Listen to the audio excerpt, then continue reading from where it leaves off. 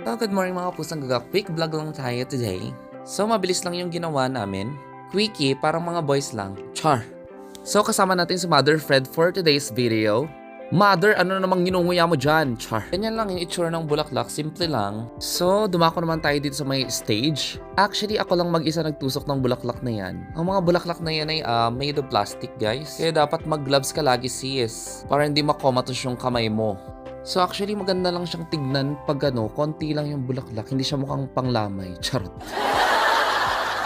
Actually, yung mga ginamit dyan sa stage na yan, yung mga plastic na bulaklak, siguro pang 600 times nang ginamit yan. Ang ginamit dyan na bulaklak ay rose, orchid, hydrangea, tulip, matiola, tsaka protea. Minsan, dapat alam mo lahat ng pangalan ng bulaklak. Lalo't pag sinabi sa'yo, iabot mo sa akin yung matiola. Hindi mo alam ang pangalan. Hay nako, tutok-tokan talaga ang ulo mo ng planner. Char. So, ayun yung pinaka-stage, o diba? Para siyang kuko ng agila. Char. Actually,